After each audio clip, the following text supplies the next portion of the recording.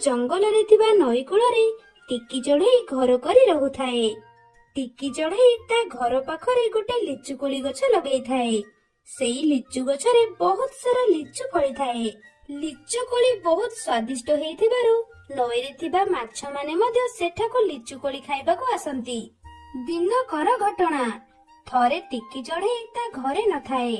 ଠିକ୍ ସେଇ ସମୟରେ ଗୋଟେ ଚିଲ ବୁଲି ବୁଲି ଆସି ଲିଚୁ ଗଛ ପାଖରେ ପହଞ୍ଚିଲା ଏବଂ ସେଠୁ ଲିଚୁ କୋଳି ଖାଇବାକୁ ଲାଗିଲା। ଆରେ ବା, ଏ ଲିଚୁ କୋଳି ଗୁଡିକ ତ ବହୁତ ସ୍ୱାଦିଷ୍ଟ ହେଇଛି। ମୁଁ ଯଦି ଆଗରୁ ଜାଣିଥାନ୍ତି ଏ ନଈ କୂଳରେ ଲିଚୁ ଗଛ ଅଛି ବୋଲି, ମୁଁ ତ ପ୍ରତିଦିନ ଏଠାକୁ ଲିଚୁ ଖାଇବାକୁ ଆସନ୍ତି। ହଉ, ଯାଉଛି ଯିବି। ଏଥିରୁ କିଛି ଲିଚୁ କୋଳି ମୁଁ ମୋ ସ୍ତ୍ରୀ ପାଇଁ ନେଇଯିବି। ସେ ଏ ଲିଚୁ ଖାଇଲେ ବହୁତ ଖୁସି ହେବ। ଏମିତି କହି ଚିଲ ଲିଚୁ ଗଛରୁ କିଛି ଲିଚୁ ତୋଳିଲା ଓ ତାକୁ ନେଇ ଘରକୁ ଚାଲିଗଲା। ପାଖରେ ଥିବା ଗୋଟେ ମାଛ ଚିଲକୁ ଲିଚୁ କୋଳି ନବାର ଦେଖିଲା। ଆରେ, ଏ ଚିଲ ତ ଚୋରଟେ।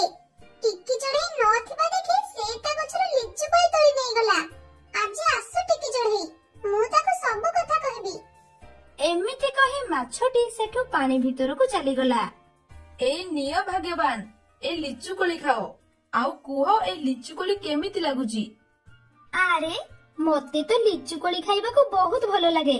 ରୁହ, ମୁଁ ଏବେ ୟାକୁ ଖାଇକି କହୁଛି ଏ କେମିତି ଲାଗୁଛି। ଏମିତି କହି ମିନୁ ଚିଲ ଲିଚୁ କୋଳି ଖାଇଲା। ଲିଚୁ କୋଳି ତାକୁ ବହୁତ ଭଲ ଲାଗିଲା। ଆରେ ବା, ଆଜି ତ ମଜା ଆସିଗଲା। ଡୋମା, ତମେ ଲିଚୁ କୋଉଠୁ ଆଣିଲ? ମୁଁ ୟାକୁ ସେ ନଈ କୂଳରୁ ଆଣିଛି। ସେ ନଈ କୂଳରେ ଗୋଟେ ହିଁ ଲିଚୁ ଗଛ ଅଛି, ଆଉ ଏ କୋଳି ସେଇଠି ହିଁ ଫଳିଥିଲା। ଡୋମା, ତମେ କାଲି ବି ମୋ ପାଇଁ ଏ କୋଳି ଆଣିବ। ମୋର ଏ ଲିଚୁ କୋଳି ଖାଇବାକୁ ବହୁତ ଇଚ୍ଛା ହେଉଛି।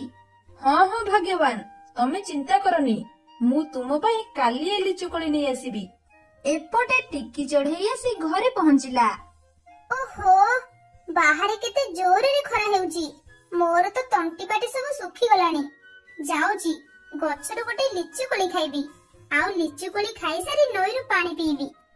ଏମିତି କହି ଟିକି ଚଢ଼େଇ ସେଠୁ ଲିଚୁ ଗଛ ଆଡକୁ ଚାଲିଲା। ଆଉ ସେଠି ପହଞ୍ଚି ଦେଖିଲା ତା ଲିଚୁ ଗଛରେ ଗୋଟେ ହେଲେ ବି ଲିଚୁ କୋଳି ନାହିଁ। ଟିକି ଲିଚୁ ଗଛରେ ଲିଚୁ କୋଳି ନ ପାଇ ଆଶ୍ଚର୍ଯ୍ୟ ହେଲା। ଆରେ, ମୋ ଗଛରେ କଣ ଗୋଟେ ହେଲେ ବି ଲିଚୁ କୋଳି ନାହିଁ? କିଏ କଣ ସବୁ ଚୋରି କରି ନେଇଯାଇଛି ନା କଣ? କିଏ କିଏ ମୋ ସବୁ ଲିଚୁ କୋଳି ନେଇଛି? କିଏ ନେଇଛି ମୋ କୋଳି? ଟିକିର ପାଟି ଶୁଣି ମାଛ ପାଣି ଭିତରୁ ଉପରକୁ ଆସିଲା। ଟିକି ଟିକି, ତୋର ସବୁ କୋଳି ଗୋଟେ ଚିଲ ନେଇଛି। ସେ ଦୁଷ୍ଟକୁ ମୁଁ ଛାଡ଼ିବିନି। ସେ ଦୁଷ୍ଟକୁ ମୁଁ ଉଚିତ ଶିକ୍ଷା ଦେବି। ଆରେ, ଦେଖୁନ, ମୋର ସବୁ ଲିଚୁ କୋଳି ତୋଳି ନେଇ ଯାଇଛି। ଟିକି, ତୁ ଯଦି ତାକୁ ଏଇ ଲିଚୁ କୋଳି କଥା ନ ପଚାରିବୁ, ତାହେଲେ ସେ କାଲି ବି ଆସି ଏଠୁ ଲିଚୁ କୋଳି ନେଇଯିବ। ହଁ ମାଛ, ତୁ ଠିକ କହିଛୁ। ମୁଁ ଏବେ ହିଁ ସେ ଡୋମା ଚିଲ ପାଖକୁ ଯାଉଛି, ଆଉ ତାକୁ ଲିଚୁ କୋଳି କଥା ପଚାରିକି ଆସୁଛି। ଏମିତି କହି ଟିକି ଚଢ଼େଇ ଚିଲର ଘର ଆଡକୁ ଚାଲିଗଲା ଏବଂ ଟିକେ ସମୟ ପରେ ସେଠି ପହଞ୍ଚି ଚିଲକୁ ଲିଚୁ କୋଳି କଥା ପଚାରିଲା। ହଁ, ମୁଁ ଆଣିଛି ସେ ଲିଚୁ କୋଳି। ଆଣିଲାରୁ କଣ ହେଇଗଲା? ଡୋମା, ତୁ କୋଳି ଆଣିଲୁ କିଛି କଥା ନାହିଁ, ହେଲେ ତୁ ସେ ଗଛର ସବୁ କୋଳି କଣ ପାଇଁ ଆଣିଲୁ? ତୁ କଣ ଜାଣିନୁ ସେ ଗଛ ମୋର ବୋଲି? ଆଜି ତତେ କହିଦେଇ ଯାଉଛି, ଆଉ ଦିନେ ତୁ ମୋ ଗଛର କୋଳି ଆଣିବୁନି, ହେଲା? ଏ ଟିକି, ତୋର ତ ସାହସ କିଛି କମ ନୁହେଁ ମୁଁ ଦେଖୁଛି। ତୁ ମୋ ଘରକୁ ଆସି ମୋ ସ୍ୱାମୀକୁ ଧମକ ଦଉଛୁ। ରହ, ଏବେ ତତେ ଦଉଛି ପାନେ। ଏମିତି କହି ମିନୁ ଟିକିକୁ ମାରିବାକୁ ଆସିଲା। ଟିକି ମିନୁକୁ ଆସୁଥିବାର ଦେଖି ସେଠୁ ପଳେଇଲା। ଆରେ, ଦେଖୁନ, ଏଡିକି ଟିକେ ଚଢ଼େଇ ହବନି, ମୋ ଘରକୁ ଆସି ପୁଣି ମୋ ସ୍ୱାମୀକୁ ଧମକ ଦଉଛି। ସେ ତ ଏବେ ଚାଲିଗଲାଣି, ତମେ ଆଉ ରାଗନି। ଡୋମା, ତମେ କାଲି ସେ କୋଳି ଗଛରୁ କୋଳି ଆଣିବ। ଆଉ ଯଦି ସେ ଟିକି ତମକୁ କିଛି କୁହେ, ତାହେଲେ ତମେ ମତେ କହିବ। ମୁଁ ତା ଥଣ୍ଟ ମେଲି ତା ଜିଭ ଭିଡ଼ି ଆଣିବି। ହଁ ହଁ, ମୁଁ ତାହା ହିଁ କରିବି। ତମେ ଆଉ ରାଗନି, ଆଉ ବସାରେ ଯାଇ ଶୋଇପଡ। ଏପଟେ ଟିକି ଧଇଁ ସଇଁ ହୋଇ ଘରେ ପହଞ୍ଚିଲା। ବାପରେ, ସେ ଡୋମାର ସ୍ତ୍ରୀ କେଡେ ଜଭର।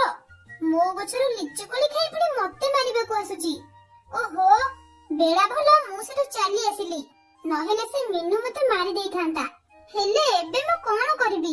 କେମିତି ମୁଁ ଲିଚୁ କୋଳିକୁ ସେ ଚିଲକ ବେଳରୁ ବଞ୍ଚେଇବି? ହଁ, ଯାଉଛି ସେ ମାଛ ପାଖକୁ। ତା ପାଖରେ ନିଶ୍ଚୟ କିଛି ଉପାୟ ଥିବ। ଏମିତି କହି ଟିକି ଚଢ଼େଇ ନଈ କୂଳକୁ ଗଲା ଓ ନଈ କୂଳରେ ପହଞ୍ଚି ମାଛକୁ ଡାକ ଛାଡ଼ିଲା। ଟିକି ଚଢ଼େଇର ଡାକ ଶୁଣି ମାଛ ସେଠାକୁ ଆସିଲା। ଆରେ ମାଛ, କଣ କରିବା କହିଲୁ? ମତେ ଯାହା ଲାଗୁଛି ସେ ଦୁଷ୍ଟ ଚିଲ ଏଥର ପ୍ରତିଦିନ ଲିଚୁ କୋଳି ଖାଇବାକୁ ଆସିବ। ଏବେ ଆମେ କଣ କରିବା? ମୁଁ ତ ମାଛ, ମୁଁ କଣ ସେ ଚିଲ ସହ ଲଢ଼େଇ କରିପାରିବି? ଆମେ ତାକୁ ବଳରେ ପାରିବାନି, କିନ୍ତୁ ଆମେ ତାକୁ ବୁଦ୍ଧିରେ ହରେଇ ପାରିବା। ଟିକି, ମୋ ପାଖରେ ଗୋଟେ ଭଲ ବୁଦ୍ଧିଟିଏ ଅଛି, ଯାହା ଦ୍ୱାରା ଆମେ ସେ ଚିଲକୁ ପାନେ ଦେଇପାରିବା। କଣ କଣ ସେ ଉପାୟ? ଏହା ପରେ ମାଛ ଟିକିକୁ କିଛି କହିଲା। ଟିକି ମାଛର କଥା ଶୁଣି ବହୁତ ଖୁସି ହେଲା। ଆରେ ବା, କି ସୁନ୍ଦର ଉପାୟଟିଏ। ମାଛ, এই ଉପାୟ କଲେ ନା ସେ ଚିଲ ତ ଚିଲ, ତା ସ୍ତ୍ରୀ ବି ବୁଦ୍ଧି ଶିଖିବ। ତାହେଲେ ଆଉ ଡେରି କାହିଁକି? ଟିକି, ତୁ ଯା କାମରେ ଲାଗି ପଡ। ହଁ ମାଛ, ମୁଁ ଯାଇ କାମରେ ଲାଗି ପଡୁଛି। ମାଛ, ତୁ ନଈ ଭିତରୁ କିଛି ଗୋଡ଼ି ଆଣି ମତେ ଦେ, ଯାହା ଦ୍ୱାରା ମୋ କାମ ଜଲ୍ଦି ହେଇଯିବ। ହଁ ଟିକି, ମୁଁ ଏବେ ତତେ ଗୋଡ଼ି ଆଣିକି ଦଉଛି। ଏମିତି କହି ମାଛ ନଈ ଭିତରକୁ ଚାଲିଗଲା ଏବଂ ଟିକେ ସମୟ ପରେ ନଈ ଭିତରୁ ଛୋଟ ଛୋଟ ଗୋଡ଼ି ଆଣିକି ଟିକିକୁ ଦେଲା। ଟିକି ସେଇ ଗୋଡ଼ିରେ କିଛି ଦୂଷିତ ପଦାର୍ଥ ମିଶାଇ ଲିଚୁ କୋଳି ତିଆରି କଲା ଏବଂ ତାକୁ ନେଇ ସେ ଲିଚୁ କୋଳି ଗଛ ତଳେ ପକେଇଦେଲା। ଏଥର ମୋ କାମ ସରିଲା। କାଲି ସକାଳ ହେଲେ ସେ ଚିଲ ଏଠାକୁ ଆସିଲେ ମଜା ଚାଖିବ। ହଉ, ମୁଁ ଯାଉଛି ଏବେ ଶୋଇବି। ଏମିତି କହି ଟିକି ଚଢ଼େଇ ସେଠୁ ଶୋଇବାକୁ ଚାଲିଗଲା। ଏମିତି ସେ ଦିନ କଟିଲା। ପରଦିନ ସକାଳ ହେଲା। ଡୋମା, ତମେ ଯାଅ ଆଉ ସେ ଟିକିର ଲିଚୁ କୋଳି ଗଛରୁ ଲିଚୁ କୋଳି ନେଇକି ଆସ। ହଁ ହଁ ମିନୁ, ମୁଁ ଯାଉଛି। ତମେ ରେଡି ହେଇକି ଥାଅ। ମୁଁ ଏଇ ଗଲି ଆଉ ଏଇ ଲିଚୁ କୋଳି ନେଇକି ଆସିଲି। ହଁ ଯାଅ। ଏହା ପରେ ଚିଲ ସେଠୁ ନଈ କୂଳ ଆଡକୁ ଗଲା ଏବଂ ଟିକେ ସମୟ ପରେ ସେଠି ପହଞ୍ଚିଲା। ଆରେ, ଏ ଗଛ ମୂଳେ କଣ ଏତେ ସାରା ଲିଚୁ କୋଳି ପଡିଛି? ଯାହା ହେଉ, ଭଲ ହେଲା। ମତେ ଆଉ ଲିଚୁ କୋଳି ତୋଳିବାକୁ ପଡିବନି। ଯାଉଛି, ସେ ଟିକି ଆସିବା ପୂର୍ବରୁ ଏ ସବୁ ଲିଚୁ କୋଳି ତୋଳି ନେଇ ଏଠୁ ଚାଲିଯିବି। ଏମିତି କହି ଡୋମା ଚିଲ ତଳେ ପଡିଥିବା ଲିଚୁ କୋଳି ଗୁଡିକ ଏକାଠି କଲା ଏବଂ ତାକୁ ଧରି ସେଠୁ ଚାଲିଗଲା। ଯା ରେ ପୁଅ ଯା, ତାକୁ ଖାଇଲେ ଏବେ ପାନେ ପାଇବୁ। ମିନୁ, ଏଇ ଦେଖ ମୁଁ କେତେ ସାରା କୋଳି ଆଣିଛି। ଆସ, ଆମେ ଏକୁ ମିଶିକି ଖାଇଦବା। ହଁ ହଁ, ଆସ କୋଳି ଖାଇବା। ଏହା ପରେ ଡୋମା ଓ ମିନୁ ସେ କୋଳି ଖାଇବାକୁ ଲାଗିଲେ। ସେମାନେ ଯେମିତି କୋଳି ଖାଇଛନ୍ତି ସେମାନଙ୍କ ଥଣ୍ଟ ବଙ୍କା ହେଇଗଲା ଓ ସେ କୋଳି ଭିତରୁ ଖାଲି ମାଟିଆ ଗୋଡ଼ି ବାହାରିଲା। ଆଲୋ ମାଲୋ, ମୋ ଥଣ୍ଟ ବଙ୍କା ହେଇଗଲା। ମିନୁ, ମୋ ଥଣ୍ଟ ବି ବଙ୍କା ହେଇଗଲା। ହେଲେ ମିନୁ, ଏ କୋଳି ଭିତରକୁ ଏ ଗୋଡ଼ି ଆସିଲା କେମିତି? ତମେ କେଡେ ବୋକା, ତମେ କଣ ଜାଣିପାରୁନ? ସେ ଟିକି ଲିଚୁ କୋଳି ଖାଇଦେଇ ତା ଖୋପି ଭିତରେ ଗୋଡ଼ି ଭରି କରିଦେଇଛି ଆଉ ସେଥିପାଇଁ ଆମ ଥଣ୍ଟ ବଙ୍କା ହେଇଗଲା। ମିନୁର କଥା ଶୁଣି ଚିଲ ରାଗିଗଲା ଓ ସେ ସିଧା ନଈ କୂଳକୁ ଚାଲିଲା। ଟିକି ମାଛ ସହ କଥାବାର୍ତ୍ତା ହେଉଥାଏ। ହଠାତ୍ ଚିଲ ସେଠି ପହଞ୍ଚି ଟିକିର ଘରକୁ ଭାଙ୍ଗିଦେଲା ଓ ସେଠୁ ଚାଲିଗଲା। ଆରେ, ସେ ଦୁଷ୍ଟ ଚିଲ ତମ ଘର ଭାଙ୍ଗିଦେଲା। ଏବେ ମୁଁ କଣ କରିବି? କୋଉଠି ରହିବି? ଟିକି, ତୁ କିଛି ଚିନ୍ତା କରନା। ମୁଁ ତତେ ଗୋଟେ ଘର ଦେବି, ତୁ ସେଥିରେ ରହିବୁ। ତୁ ତ ମାଛ, ଆଉ ତୁ ପାଣିରେ ରହୁ। ତୁ କୋଉଠୁ ଘର ଆଣିବୁ ଯେ ତୁ ମତେ ଘର ଦବୁ? ଟିକି, ତୁ ଏଇଠି ଅପେକ୍ଷା କର, ମୁଁ ତୋ ପାଇଁ ଘର ନେଇକି ଆସୁଛି।